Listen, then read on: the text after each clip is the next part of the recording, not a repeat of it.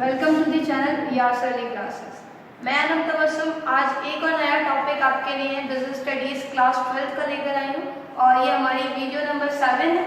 और इस टॉपिक पे हम बात करेंगे मैनेजमेंट के नेचर की। इससे पहले हमने अपनी वीडियो नंबर जो 6 बनाई थी, पार्ट 6 था, उसमें हमने मैनेजमेंट के लेवल्स को डिफाइन करा था। सो प्लीज़ आप मेरी रिक्वेस्ट है कि आप वीडियो को स्किप करके ना देखें कि आप डायरेक्टली वीडियो नंबर 7 देख रहे हैं या 5 देख रहे हैं।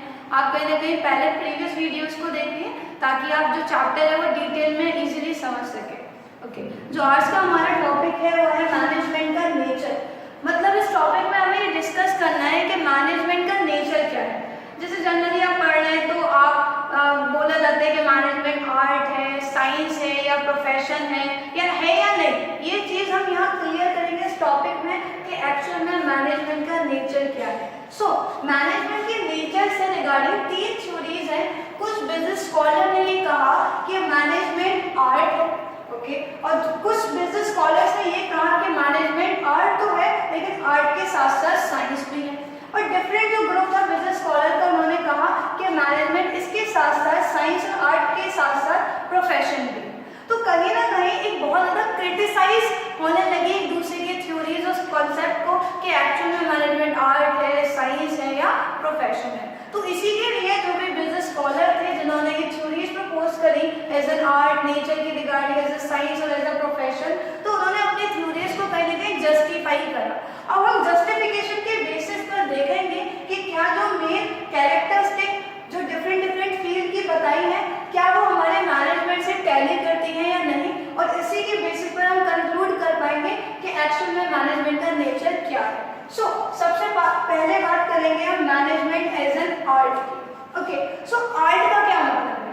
आर्ट का मतलब जनरली हम समझते हैं कि आर्ट का मतलब पेंटिंग है, ड्राइंग है। नो, आर्ट का मतलब है कि किसी भी चीज को आप परफॉर्म कैसे कर रहे हैं, आपके अंदर स्किल क्या है, जो भी आपने नॉलेज कहीं ना कहीं ऑब्टेन करेंगे उसको आप कैसे पर्सनली प्रैक्टिकली परफॉर्म कैसे कर रहे हैं। तो आर्ट में बेसिकली में स्किल की रिक्वायरमेंट है।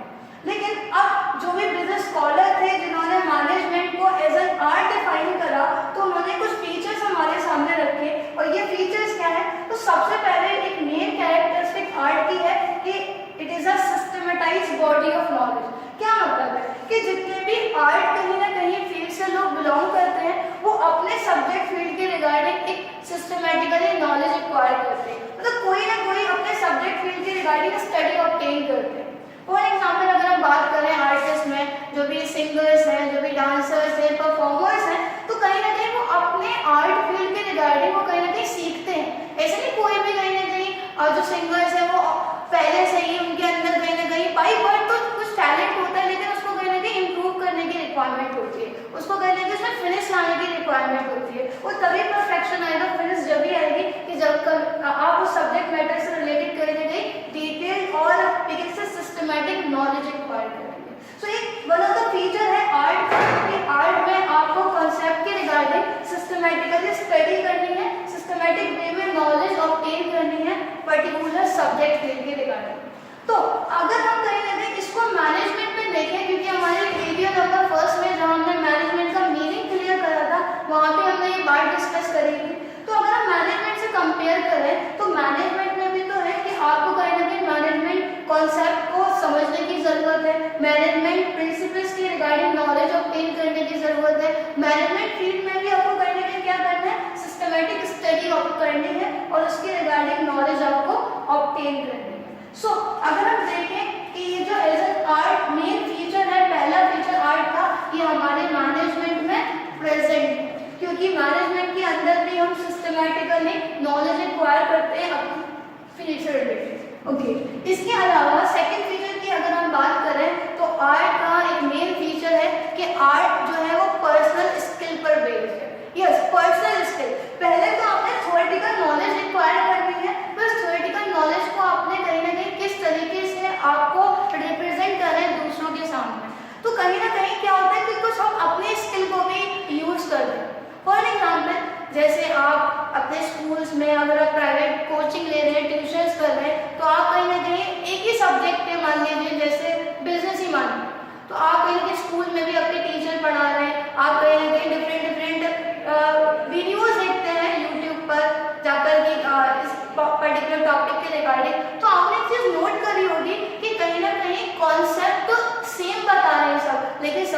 बताने का तरीका अलग है। तो वही है पर्सनल स्किल कि हमने कहीं ना कहीं जो भी कॉमर्स फील्ड के लोग हैं सबने पढ़े एक ही कॉन्सेप्ट है, लेकिन सबके बताने का और पढ़ाने का तरीका अलग है। क्यों? क्योंकि वो पर्सनल स्किल है। कोई कहीं ना कहीं बहुत अच्छे से एग्जाम्पल देकर आपको समझाए, कुछ अलग अलग डिफरेंट वे से समझाते हैं, क्योंकि वो अपने पर्सनल स्किल का इस्तेमाल कर रहे हैं। अगर आप अपने पर्सनल स्किल को इस्तेमाल नहीं करोगे तो आप में और दूसरों में कोई फर्क नहीं रह जाएगा, कोई यूनिकनेस हम डेवलप नहीं कर पाओगे। तो आर्ट कहीं ना कहीं पर्सनल स्किल पर बेस्ड है। फॉर एग्जाम्पल जैसे सिंगर्स है, डिफरेंट फील्ड के सिंगर्स है, मान लीजिए कोई क्लासिकल सिंगर है तो वो एक ही राग सीखते हैं, लेकिन कहीं ना कहीं उनके गाने का स्टाइल एक दूसरे से काफी डिफरेंट होता है। वो कहीं ना कहीं अपनी पर्सनल स्किल का यूज करते हैं ताकि वो अपने आप को, अपनी आवाज को दूसरों से डिफरेंट बना सके। वो भी आर्टिस्ट है। तो उसका मतलब ये है कि वो कहीं ना कहीं अपने जो नॉलेज उन्होंने अपने फील्ड से रिगार्डिंग कहीं ना कहीं कंडक्ट करी है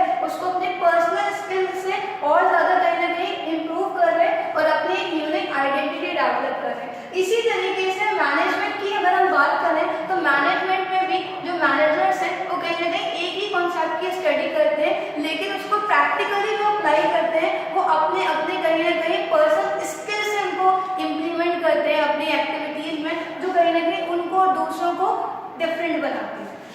ये जो पर्सनल स्किल की रिक्वायरमेंट है ये हमारे मैनेजमेंट में भी कहीं ना कहीं प्रेजेंट है।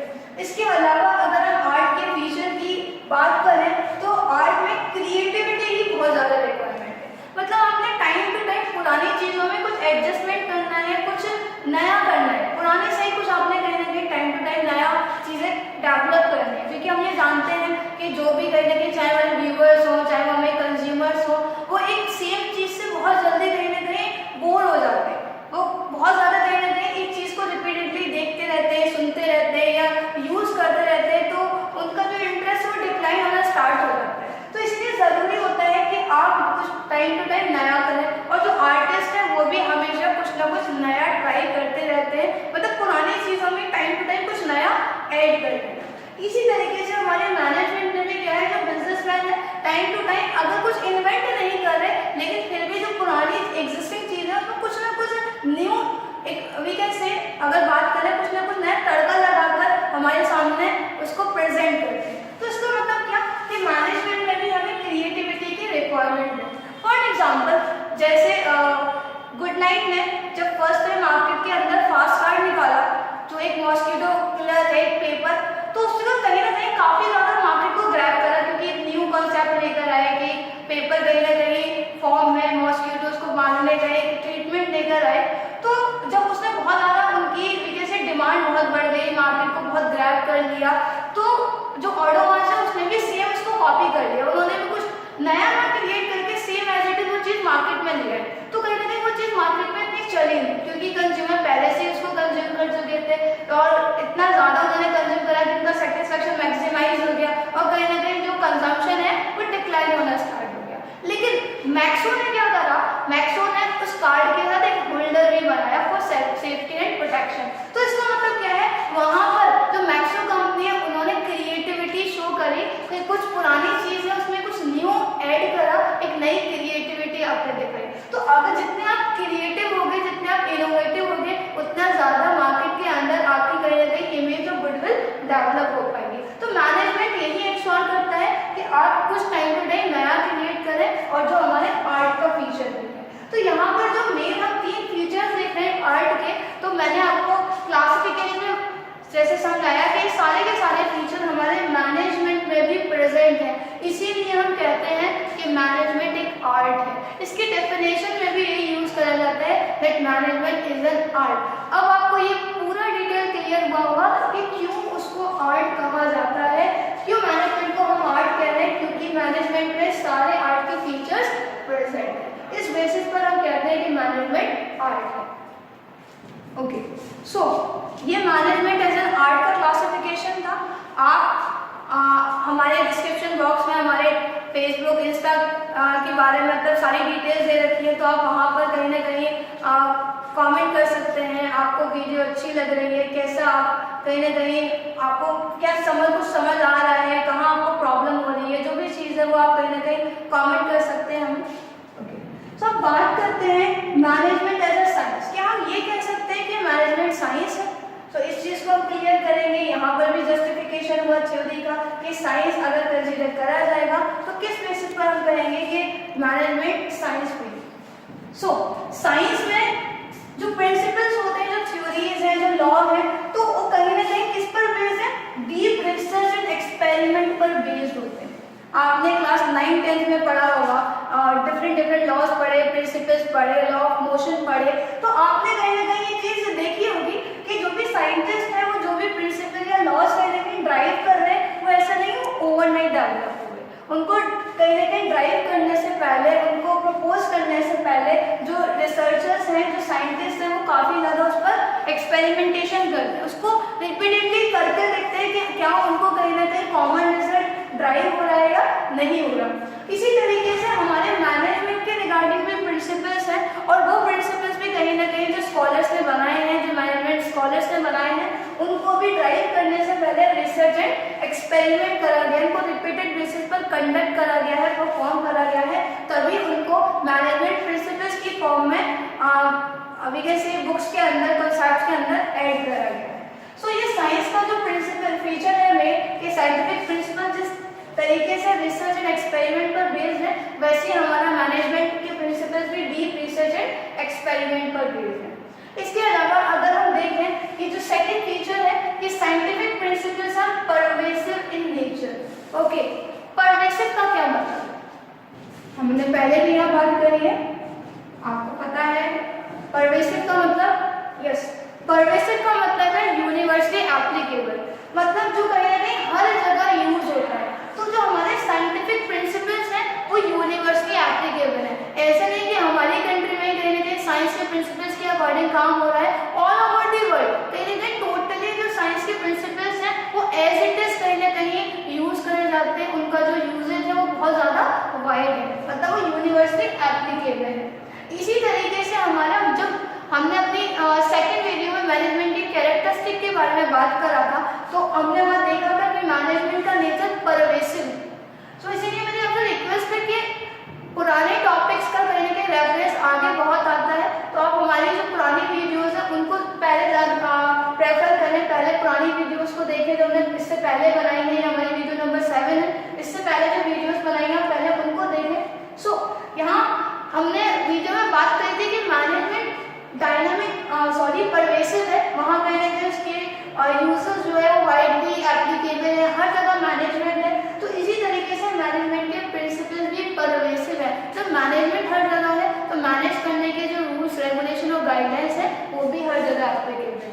तो इस बेसिस पर हम कह सकते हैं कि साइंस का ये प्रिंसिपल्स हमारे मैनेजमेंट से टैली करता है।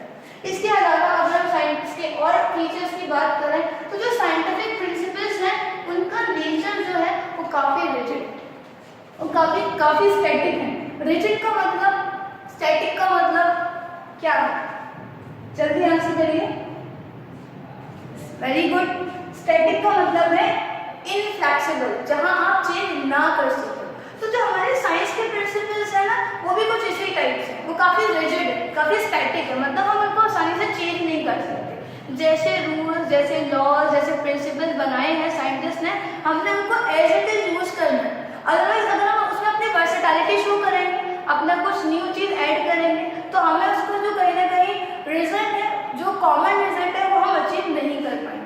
लेकिन हमारा मैनेजमेंट का नेचर तो डायनामिक है, हमारा मैनेजमेंट तो काफ़ी ज़्यादा फ्लेक्सिबल है, जिसमें हम अपने एनवायरनमेंट के हिसाब से जो भी कंडीशंस प्रिवेल हो रही है हमारे एनवायरनमेंट में, जो भी सर्कमस्टांसेस चल रहे हैं उनके अकॉर्डिंग हम चेंज कर सकते हैं। तो यहाँ पर कहीं ना कहीं एक कॉन्ट्रास्ट डेवलप हो गया कि जो हमारे साइंस के प्रिंसिपल्स हैं वो उनका नेचर रिजिड है, और जो हमारे मैनेजमेंट के प्रिंसिपल्स हैं वो फ्लेक्सिबल है, डायनामिक है। तो ये जो फीचर है हमारा साइंस का, ये मैनेजमेंट में प्रेजेंट नहीं है। इसके अलावा अगर हम देखें कि साइंस के केस में रेप्लिकेशन के चांसेस होते हैं। यहाँ रेप्लिकेशन का मतलब है डुप्लीकेशन।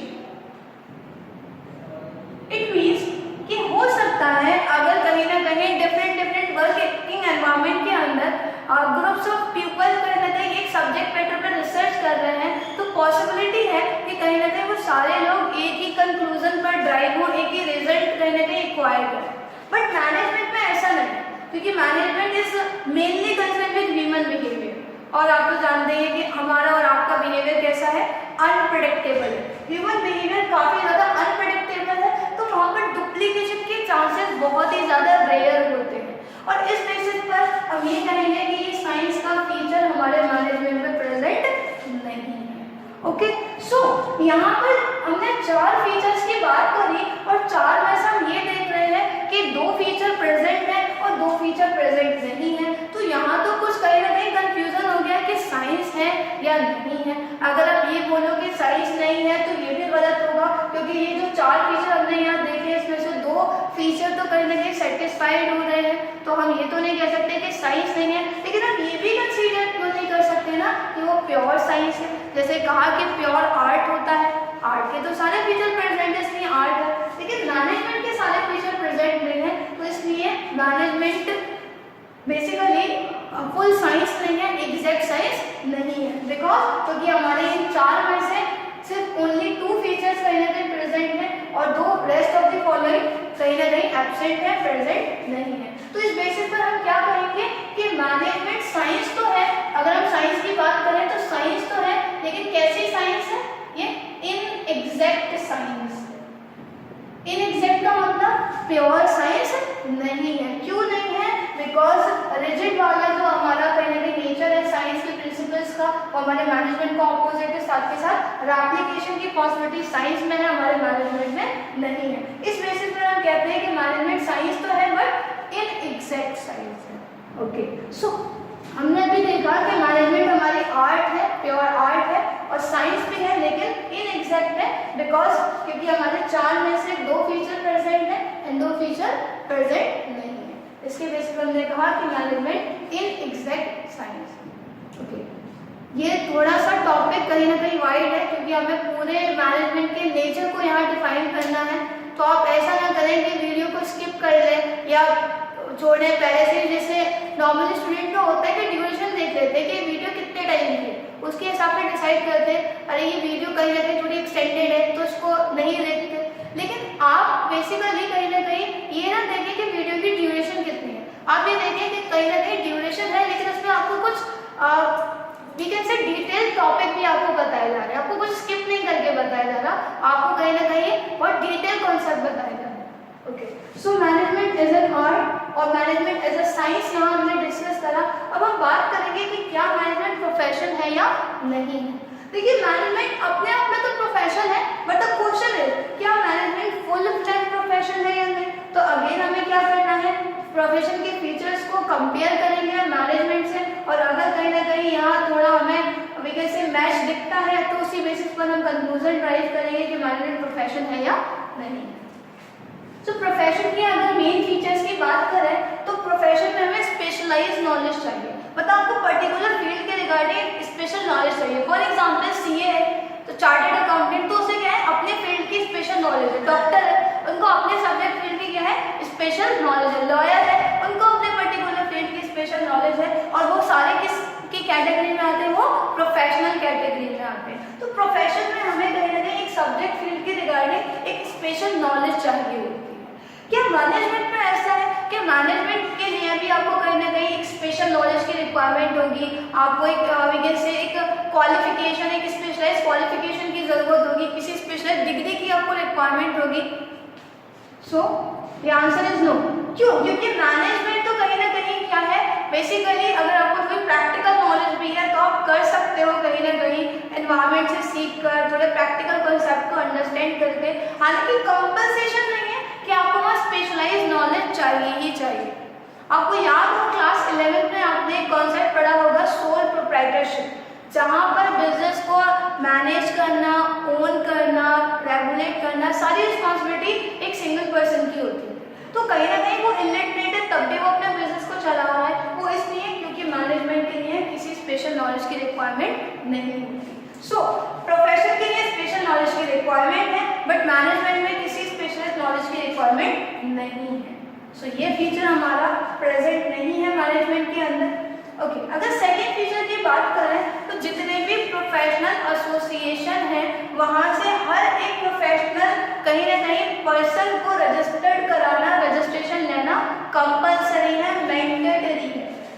एक बार ध्यान रखें, यहाँ प्रोफेशनल लोगों की बात करेंगे, यहाँ क्वैक की बात नहीं करेंगे, जो झोला छाप लोग होते हैं उनकी बात नहीं होगी, यहाँ से प्रोफेशनल कैपेसिटी वाले लोगों की बात होगी। तो हर एक प्रोफेशन की कुछ एसोसिएशन बनाएंगे। फॉर एग्जाम्पल आपने सुना होगा, जैसे लॉयर्स हैं तो बार काउंसिल ऑफ इंडिया से रजिस्टर्ड होते हैं, तो डॉक्टर्स हैं वो ऑल इंडिया मेडिकल एसोसिएशन से रजिस्टर्ड होते हैं, और वहाँ से रजिस्टर्ड कराना, उनको रजिस्ट्रेशन लेना कहीं ना कहीं क्या है, कंपल्सरी है।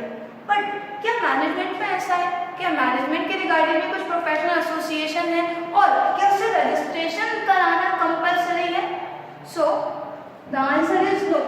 हालांकि प्रोफेशनल एसोसिएशन तो है, ऑल इंडिया मैनेजमेंट एसोसिएशन है मैनेजर्स के रिगार्डिंग, मैनेजमेंट के रिगार्डिंग, लेकिन वहाँ से रजिस्ट्रेशन कराना it is up to you, वो वॉलेंट्री है। तो यहाँ प्रोफेशन के केस में मेन मैंडेटरी है और मैनेजमेंट के केस में रजिस्ट्रेशन कराना वॉलेंट्री है। तो यहाँ जो कहीं ना कहीं कंपल्सेशन ही नहीं है, तो फैक्टर ही चेंज हो गया, मैटर ही चेंज हो गया यहाँ पर, तो ये फीचर भी हमारा मैनेजमेंट से टैली नहीं कर रहा।